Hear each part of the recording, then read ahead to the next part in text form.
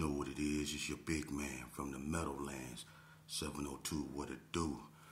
The big homie. I don't know what's going on with this flu bug, but man, it's a bad one. I'm under the weather for real, man. But check this out. I'm back bringing you Vegas Chronicles, of course. That's what I do. Saw a video kind of brought tears to my eyes yesterday. I've been sitting back, and I've been observing the little youngster VT, KTV, the shark. He a good youngster, man, and what I'm pushing, the narrative I'm pushing is why don't we acknowledge the youngsters that's really out here and the ones that's, despite what they going through, like he's a father of 6 children, a father that's willing to be a father to his children and not in these streets. He chose to have a life with his children, be in their life to provide for them, and at the same time give clarity to something that so many youngsters his age, my age, and that they succumb to. Why don't we give them accolades and acknowledge and support youngsters like that instead of this foolishness we inadvertently or advertently support in these streets? Let that marinate for a second, man. And I'm humbled that he recognized what I'm trying to do. And he right, and I understand that. Yeah, I know I went through what I went through for me to be able to come here and be an open book. Because can't a lot of people be an open book to you? I give you unadulterated, as accurate as I can make it possible, Vegas history. Without my father, there probably wouldn't be no history. See, that's what people don't understand. That's also my curse and my blessing. I have front row seats to what became Vegas. My father is the reason that I got to go where a lot of people didn't. I got to be in the cars with a lot of people other people's wouldn't. I got to be around a crowd of OGs that the people my age and even above couldn't be around because Sheepdog was my daddy. I know that. And I was also expected to perform at the highest standard, whether it came from the hands, and I'm not a slouch, but I was expected to whoop dudes that was older than me, and some things are just humanly impossible. But because Sheepdog was my daddy, I had to do that. So I suffered too being his son. I was given Sherm when I was 12 because I was Sheepdog's son, and he was known for doing that. I was strung out on that drug before I was 14 because I was Sheepdog's son. I was walking around there with 12 gauges and trench coats in the summertime. Gone. Everybody that know me know I'm not lying. I'm known for rocking that trench coat and having that Mossberg. I went through a lot because of who my father was. But I didn't never ride his coattail. You know why? Because when he left, I was a baby. The stories I know was told to me. I had to develop my own identity even though I couldn't shake him. And even when I was at my worst, when they gave me the name Demon, War Demon to be exact, they wouldn't even let me be War Demon. They changed that. I became Sheep Demon. Even when Ghetto gave me that name Manson, that name came from Ghetto. Ghetto gave me that name in Elko, Manson. Sheep Manson. It was always sheep. I couldn't shake my father's identity. That's not my fault. But when I was putting in work, wasn't nobody thinking about my father. They was worried about me. When I was putting in work, they was worried about me. Let's just keep it 100. And to you naysayers, and to you haters, let's keep. Y'all want to really keep it real? Yeah, y'all got a lot to say about me, but I don't really speak a lot about you. And if you just want me to keep it real, I think I better let it go. TKO. I think I better let it go. Yeah, I think you better let it go. Because see, my briefcase open. What about yours though? Yeah, this the same sheet. Let me give you a refresher. This the same sheep when Rico from 50s. Imagine this. Hey, Rico, remember you was a little kid and you was coming from the brownies, you was in that desert and you had that little gauge and I was trying to rob you for it? Remember that? That's how you met me. Rico from the brownies. I mean from 50s. The one that caught the case with Tanico. Rico. Am I lying? And when you came to the pen, what did we meet back up? At NNCC. Me, you, and Mudford used to hang together every day because you was into it with the PBs. Behind something that went on the street. And we wouldn't let them get you. You didn't have no homies on the yard. Wasn't no 50s up there. Wasn't no 50s like that up there. You was hanging with me and Mudford. You know? That's why when the situation happened at Indian Springs, right? At Indian Springs with us in the 60s. You remember that on the side of Unit 5, in the back rather, by Unit 8, when you, Acorn, Killer Cole, and all the 60s was back there, and Poon, me, Mad Bummer, K-Shin, Capone, Deseret, we all came over there. And Mad Bummer them and Poon took it real personal that you was over there with the 60s because in NNCC you was kicking it with us. And that's when Killer Cole tried to really squash the situation. Because Poon told you just like this. And then Rico, nigga, I don't know what you out here for, nigga. You from Vegas Heights, nigga. And you was hollering about you a O, and they was like, but you under the O card. And Matt Bum was like, but you was kicking it with us in NCC. And then, you know, Killer Cole was like, man, y'all, you know, it's man, but you know, what's all this about though, man? Why y'all tripping? And Deseret was like, nigga, who you supposed to be? Woo woo. And he got too close to Killer Cole, and that's when Killer Cole fired on Deseret.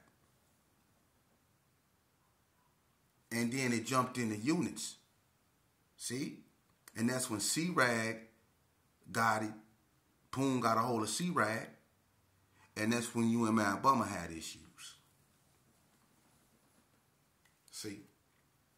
That's how good my memory is. That's the same sheep. I never turned on you. Never turned on you. I'm the same sheep. Queep from ABM. Yeah, remember this situation with you and Terry Malone on the basketball court? You remember the situation? You remember when you came to NNCC, how tense it was? And how they wasn't letting no, and I'm gonna just keep it real. At that point, it was Gersons and Bloods. They was tripping on, you know what I'm saying? So, did I turn on you? Remember you came into jail, into the jailhouse for the little situation with the boy Isaac. You remember that? That's how me and you met. And you bailed out. You got out on that. But when we get to Indian Springs in '95, what you do? You was straight north counting it up. But when we was up there, I stopped them from rolling you up. You remember the situation on the basketball court with Terry Malone? I'm the same sheep. The same sheep that stopped the North from smashing Youngster from East Coast Bloods. Remember that? When me and Lil Boo got into it, because he was like, nigga, you can't save everybody, sheep. But I saved you, Youngster, didn't I? From East Coast Bloods. Didn't I save you? Huh? Slow Joe. Didn't me and Gangster come get you off PC? Huh? Yeah. Same sheet. And it's a whole bunch of more. It's a whole. Don't get me started. Don't get me started. I don't switch up. I ain't never did that. You know what I mean? And I could tell y'all some cold stuff. You know, but before I go any further, let me shout out a knockout artist who I gotta get accolades to. And that's my boy Big E Dub from West Coast Bloods, man. I gotta throw him up in there. I gotta throw my boy Bad Paul Senegal. He was a beast. Y'all know Paul was a beast. Y'all know Bad Loc was a beast. So was Smooth Pete from Bergen Square Peru. You gotta throw them up. You gotta throw them up in there. Paul Senegal. And you know, some people say, well, what about Boo, Eugene Weems? Yeah. You know, Boo get down. I get Boo that. Boo whooped the whole Mexican card in NCC. You know, I remember him and Meat Dog, Demetrius Flemings, had to fight in jail. Boo was doing karate kicks and all that, you know, fight, that type of fighting I call, you know, MMA back then. You know, so Boo for sure. You know, but one person I must acknowledge is my cousin Earl, Hope Killer from Peru, knockout artist, and my cousin One Way. He got with the Lord, but when One Way was active, One Way was official tissue. That's my family. You know he was official tissue. My cousin Jesse Shepard, who started off as a hood, but he ended up in Peru. But you know how that go. But I got to say my family, Jesse Shepard, you know, who also called himself Sheepdog. For those that don't know, you know. But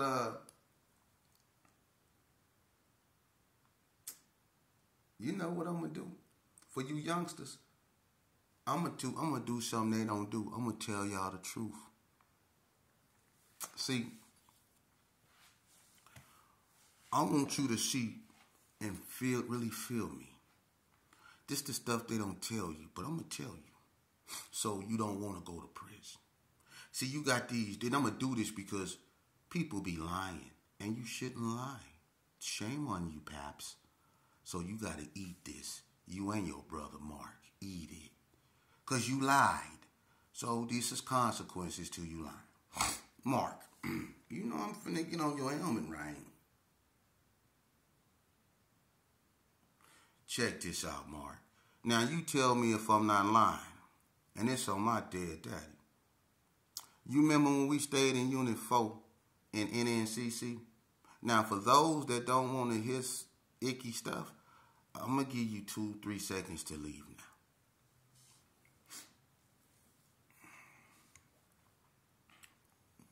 They gone? All right, let's continue.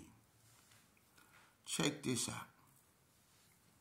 Now, y'all know I got stabbed, right? And I was in the medical wing in NNCC Unit 4. I stayed down the wing with Gangsta Rob. I was in the room with Big Hoove that was going with Danny McCoy people from Fidus Hoover. Big Hoove ended up passing away. But at first I was in the room with Straw from 7-4 Hoover, who ended up killing a white boy, but he moved to Unit 2, and Big Hoove became my son. So I'm down there with Butch from Swans.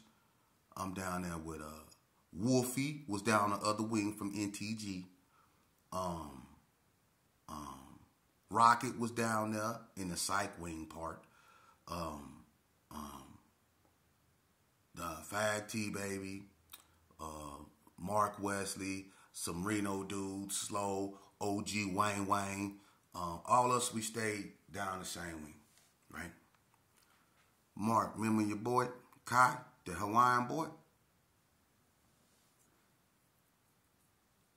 Look, the reason why I'm speaking on this, because this was brought to us. This was brought to us. Me and Gangsta Rob was in his room. We just got through smoking. We was smoking. Gangsta kept the weed in NNCC. So we blowing, right? I'm sitting on the toilet. Gangsta kept his TV under his bed when he watched it, so he never had to get out of his bed to change the channel. So we sitting there watching TV, right? somebody look in the window, right? And people know don't look in gangster window, don't knock on his door or his window. He don't like to be disturbed. You know, gangster was he was stuck in his ways. But somebody looked in the window and they like twisted the knob. In Unit 4, they had rooms. In the rest of the yard, other than Unit 5, there were dorms. So I lived in the rooms. So he twisted the knob. It's Mark Wesley. So gangster was like, who the hell is that in my door? I say, I don't know. I get up and I go over there. I look out the window. I see it's Mark. He looking all messed up, like bad. So I open the door. He said, gangster, man, I gotta talk to you, gangster, man. This the same dude that got whooped by the dude with the cask on his leg. I did that back in the episode. If you can go back and find it. Mark, remember you came in the room, right? You had just sold Gangsta Rob that big ass radio. So you thought it was, you know, he was cool and so you came up in there. Remember that? And you collapsed on the floor. And Gangster was like, nigga, get your motherfucker. And you started crying. You was beating on the ground with your hands hella hard. And I'm standing over you like, what the? You was beating on the ground and you was going, no more, you doing all that. You was just totally beside yourself. And I'm like, what the hell going on, man? And remember what you told Gangster, that sick ass shit you told Gangster in the room? How you and the boy got into it? And you beat that boy up. And you basically raped him. Your own boy. You raped your own boy. Mark. And remember how T-Baby, butch fag, homosexual, you remember how he was stealing the condoms out the infirmary, was getting them from the nurse? Remember that? And remember when you did whatever you did with the boy? Because remember, I went down there. I witnessed it. The boy it was blood everywhere in the room. But the boy wasn't in the room. It was blood everywhere. It was a crime scene in that room. But the boy wasn't in there. So I go back down and I tell ain't nobody up in there. But you crying because the Jimmy came off when you was doing your thing. And the boy went in the bathroom. He went in the shower. Remember that?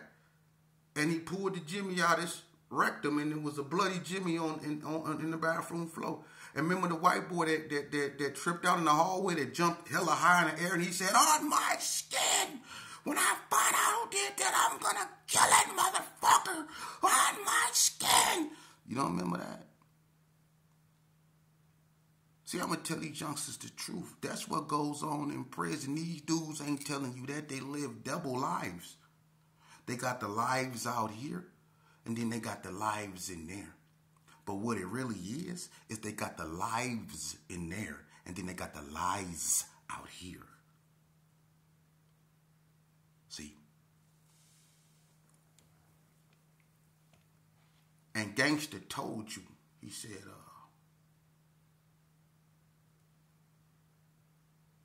you might well go on up there and telling people, man, to test you. And you kept telling Gangster, don't say that, man. Don't say that, man. Don't say that, Gangster, man. Don't say that, man. Gangster was like, man, you better go on up there. You was bad. Don't say that, Gangster, man. But the boy disfigured, and they rolled him up. They took him off the yard. Yeah. See, that's real. That's what really going on in prison. Y'all remember June night?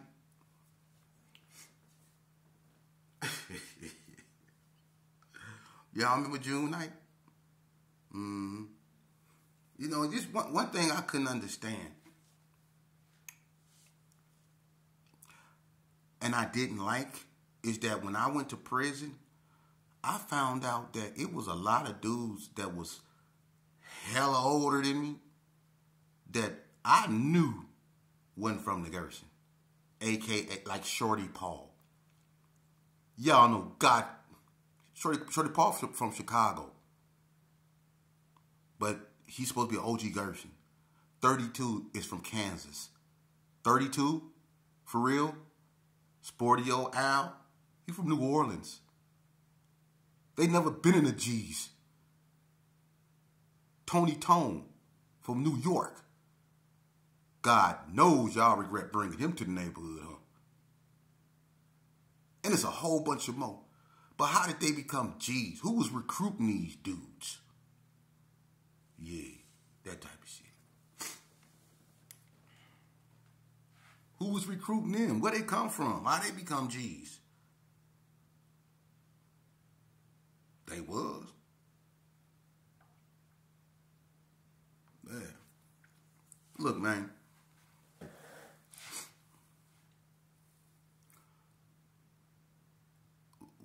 It's so much stuff that y'all need to know. And I'm gonna get there. Cause we gonna talk about the PCs and all that. To me, honestly, if you really want to put it out there, the book out there about Vegas history, let's really put the book out there. I could care less about the individuals. But if you want to hear about the stuff that goes on, that really, really go on, and not this fictitious ass, because a lot of dudes want to sugarcoat SHIT. And I'm not doing that. I'm going to keep it real with you youngsters. I don't want y'all to go up in there, man. It's some cats, I ain't going to say no names. There's some cats out here dirty as a muff. Dirty as a muff. Dirty. That would knock their own down, man. For real. Trust me, I know they'll knock their own down, man. They'll knock their own down. It's dudes, I don't say nothing to you dudes, man. That's why I don't mess with you, because I know how vile y'all is, man. And y'all talking about sheep doing this shit. Sheep don't fuck with y'all. Because I know you niggas ain't no good. And respect to Joshua O'Neal, he called me and he told me straight up, man, I respect what you're doing, and I'm not going to let another day go by where I ain't going to call you and just let you know, man, I think what you're doing is good. I fairly seldomly get calls like that, but people like Ricky Briggins, even Cool Armstrong every now and then, I get a few phone calls of people that remind me, hey, man, I like what you're doing. Slick Rick, send word out, nephew. I like what you're doing. Mad Meech, send word out. Man, God bless you. And these is reputable. So I know what I'm doing is right. And these was dudes that I was trained to go after and hate. But they the ones that's now telling me that I'm doing good. Youngsters, I want you to pay attention, because the enemy that you go find out that you was taught to go after isn't in front of you. See, that's the biggest bamboozle of the game. The enemy 9 times is on the side of you, brother. Ask your mama. Ask your mama. My mama ain't never told me to go after no Bloods or Crips. She ain't never. My mama lived in blood turf. My brothers is Bloods. I stayed over there. But my mama ain't never told me to go out after no Bloods or Crips, but she sure in the hell told me to watch my homies. And I thought she was crazy. It made me not even want to be around my mama. I thought my mama was a hater, because she told me to watch my homies. Watch who I be with. Even when I was getting sent to Elko, she said, I just wish he'd get away from them boys he think is his friends. And I wasn't even catching on, but I did now. Y'all ain't no goddamn good, and I'm not talking to all of y'all. But the vast majority, y'all ain't no goddamn good, because you know what? Some of y'all go to funerals and pictures that I know is pieces of crap. I don't need to say your name, because you go feel me with you go feel me. I don't need you, because if only a guilty person will feel this. I've been approached by big homies or a big homie. I ain't gonna even say no names, but in a foul manner, man, about another homie that y'all and we all grew up together.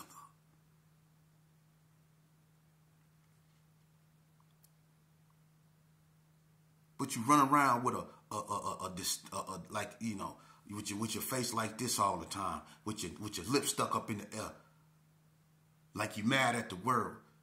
You mad because you can't look yourself in the mirror because you know how foul your ass is. And you know who I'm talking to. You know who I'm talking to. You know who I'm talking to. You walk around like this all the time with a frown on your face, like a big ass kid. But you the foulest of the foulest, and you know you is, and you know what I'm talking about. I don't got to address you. You foul. You beyond foul. But the ones like Master G, I respect and love them. I was raised under them. Him and Dave Hall and the Graves and the Tony Rebels. See, another hand god. Remember Tony Rebel killed the police dog in the Gerson? See, I grew up under these dudes. You know, authenticity. You know, and I'm gonna be honest with you. The same dude that walk around like this, I remember Master G slammed you on your face. Yeah, I was out there, and Dirty Rob called you all kind of big sorry motherfuckers. Because you let Master G slam you on your face. I remember that. I was a baby out there and I watched that. I still remember that. And you know who I'm talking to. You might got these other cats up out here, fool boy, but you know. Not me. Ever since I was a little kid, I ain't bought nothing.